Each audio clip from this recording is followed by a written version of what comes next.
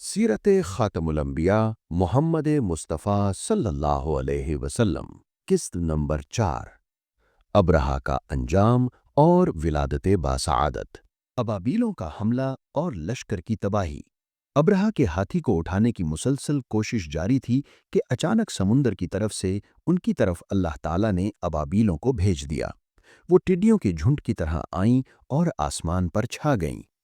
दूसरी तरफ अब्दुल मुत्तलिब मक्का में दाखिल हुए, हरम में पहुंचे और काबा के दरवाजे की जंजीर पकड़कर अबरहा और उसके लश्कर के खिलाफ फतह की दुआ मांगी। उनकी दुआ के अल्फाज ये थे: ऐ अल्लाह, ये बंदा अपने काफले और अपनी जमात की हिफाजत कर रहा है, तू अपने घर यानी बैतुल्लाह की हिफाजत फरमा। अबरहा का लश्कर फतह ना हासिल कर सके। उनकी ताकत तेरी ताकत के आगे कुछ भी नहीं। आज सुलेब कामयाब ना हो। यहाँ सुलेब का लफ्ज़ इसलिए बोला क्योंकि अबरहा ईसाई था और सुलेब को ईसाई अपने निशान के तौर पर साथ लेकर चलते हैं। अब उन्होंने अपनी कौम को साथ लिया और हिरा पहाड़ पर चढ़ गए, क्योंकि उनका ख्याल था कि वो अबरहा का मुकाबला नहीं कर सकेंगे। और फिर अल्लाह ताला ने परिंदों के झुंड भेज दिए। ये परिंदे टिड्डियों से कदरे बड़े थे। इनमें से हर परिंदे की चोंच में पत्थर के 3-3 टुकड़े थे। ये पत्थर परिंदों ने अबरहा के लश्कर पर गिराने शुरू किए। जूं ही ये पत्थर उन पर गिरे, उनके टुकड़े टुकड़े हो गए, बिल्कुल इसी तरह जैसे आज किसी जगह ऊपर से बम गिराया जाए तो जिस्मों के टुकड़े उड़ जाते हैं। अबरहा का हाथी महमूद अलबत्ता इन कंकरियों से महफूज रहा। बाकी सब हाथी तहस नहस हो गए। ये हाथी कुल 13 अदद थे। सब के सब खाए हुए भूसे यानी नहूसत के मानिंद हो गए, जैसा कि सूरतुल फील में आता है। अबरहा और उसके कुछ साथी तबाही का ये मंजर देखकर बुरी तरह भागे, लेकिन परिंदों ने उनको भी न छोड़ा। अबरहा के बारे में तबकात में लिखा है कि उसके जिस्म का एक एक उज़्व अलग होकर गिरता चला गया, यानी वो भाग रहा था और उसके जिस्म का एक एक हिस्सा अलग होकर गिर रहा था। माले गनीमत और इबरत का निशान।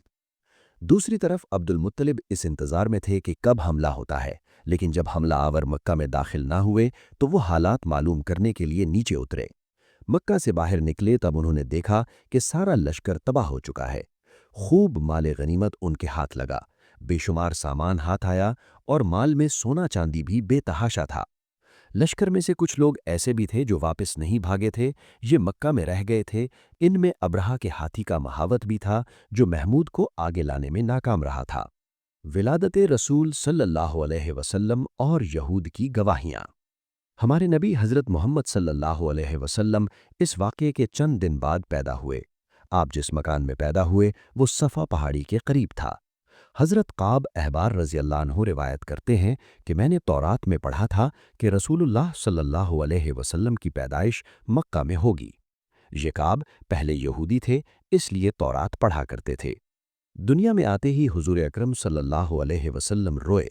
हज़रत अब्दुर्रहमान बिन औफ रज़ी अल्लाह अन्हु की वालिदा कहती हैं कि जब हज़रत आमना के यहाँ विलादत हुई तो मैं वहाँ मौजूद थीं। आप सल्लल्लाहु अलैहि वसल्लम मेरे हाथों में आए। ये गालिबन दाया थीं, इनका नाम शिफा था। फरमाती हैं, जब आप मेरे हाथों में आए तो रोए। आपके दादा अब्दुल मुत्तलिब को आपकी विलादत की इत्तला दी गई। वो इस वक्त खाना काबा का तवाफ कर रहे थे।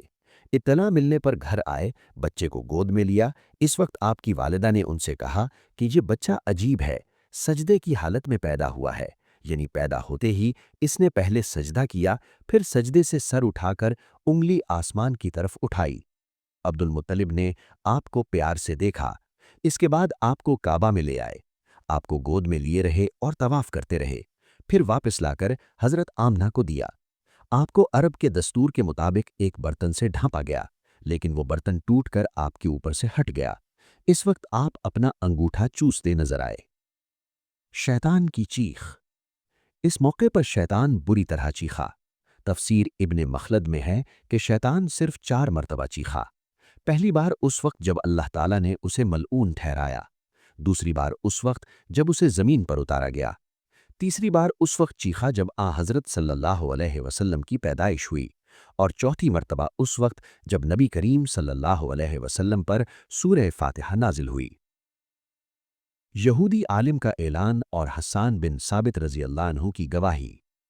इस मौके पर हज़रत हस्सान बिन साबित रज़ी अल्लाह अन्हु कहते हैं कि मैं 8 साल का था। जो कुछ देखता और सुनता था उसको समझता था।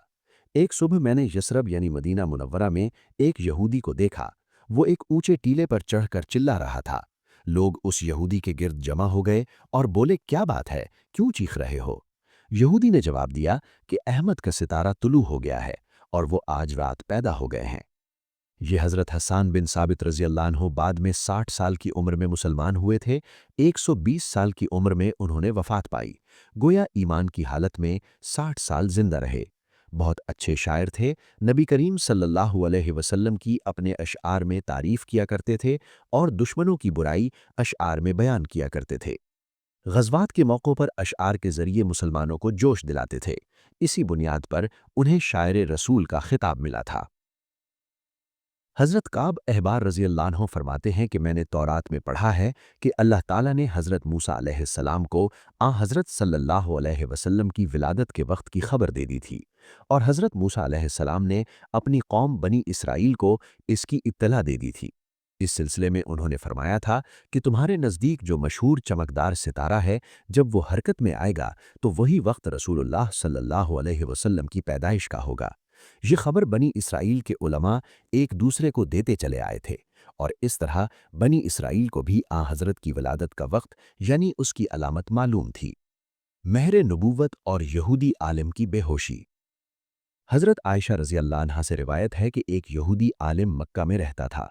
जब वो रात आई जिसमें हज़रत सल्लल्लाहु अलैहि वसल्लम पैदा हुए तो वो कुरैश की एक मजलिस में बैठा था। उसने कहा, क्या तुम्हारे यहाँ आज कोई बच्चा पैदा हुआ है?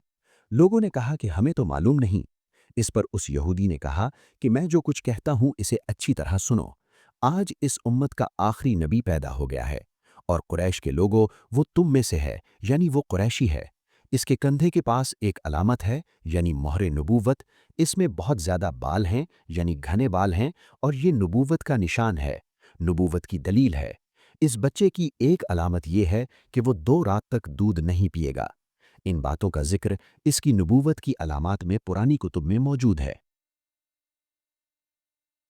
अल्लामा इब्ने हजर ने लिखा है कि ये बात दुरुस्त है। आपने 2 दिन तक दूध नहीं पिया था। यहूदी आलिम ने जब ये बातें बताईं तो लोग वहां से उठ गए। उन्हें यहूदी की बातें सुनकर बहुत हैरत हुई थी। जब वो लोग अपने घरों में पहुंचे तो उनमें से हर एक ने इसकी बातें अपने घर के अफराद को बताईं।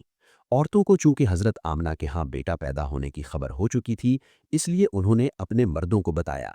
तब मर्दों ने कहा कि जरा चलकर मुझे वो बच्चा दिखाओ। लोग उसे साथ लिए हजरत आमना के घर के बाहर आए, उनसे बच्चा दिखाने की दरख्वास्त की। आपने बच्चे को कपड़े से निकालकर उन्हें दे दिया। लोगों ने आपके कंधे से कपड़ा हटाया। यहूदी की नज़र जूं ही महर नबूवत पर पड़ी, वो फौरन बेहोश होकर गिर पड़ा। जब उसे होश आया तो लोगों ने उससे पूछा, तुम्हें क्या हो गया था? जवाब में उसने कहा, मैं इस गम से बेहोश हुआ था कि मेरी कौम में से नबूवत खत्म हो गई। और ए कुरैशियो, अल्लाह की कसम, ये बच्चा तुम पर ज़बरदस्त गलबा हासिल करेगा और इसकी शोहरत मशरिक से मगरिब तक फैल जाएगी। तो मुअज़्ज़िज़ नाज़रीन, ये थी वो अजीम पेशगोई जिसने अहले किताब के दिलों पर लर्ज़ा तारी कर दिया था। लेकिन कहानी अभी ख़त्म नहीं हुई। अब सवाल ये था कि मक्का की कौन सी खुशकिस्मत खातून इस दुर्रे यतीम को अपनी गोद में लेगी। हज़रत हलीमा सादिया के घर वो कौन सी हैरत अंगेज़ बरकतें नाजिल होने वाली थीं जिन्होंने उनके वीरान घर को खुशियों से भर दिया। और वो कौन सा मौजज़ा था जिसने कहत ज़दा कबीले की तकदीर बदल दी। ये सब ईमान अफरोज़ वाक़यात जानने के लिए देखिए हमारी अगली वीडियो किस्त नंबर 5। अगर आपको हमारी ये काविश पसंद आई है तो वीडियो को लाइक करें और सदक़ा जारिया की नीयत से अपने दोस्तों के साथ शेयर करें। जाते जाते हमारे YouTube चैनल नुक्ता इस्लाम ऑफिशियल को सब्सक्राइब करना हरगिज़ न भूलें और घंटी के निशान को भी दबा दें ताकि सीरत तैयबा का ये खूबसूरत सिलसिला आपसे छूट न जाए। मिलते हैं अगली वीडियो में एक नई शान और नए वाक़े के साथ। तब तक के लिए अपनी दुआओं में याद रखिएगा। अल्लाह निगहबान।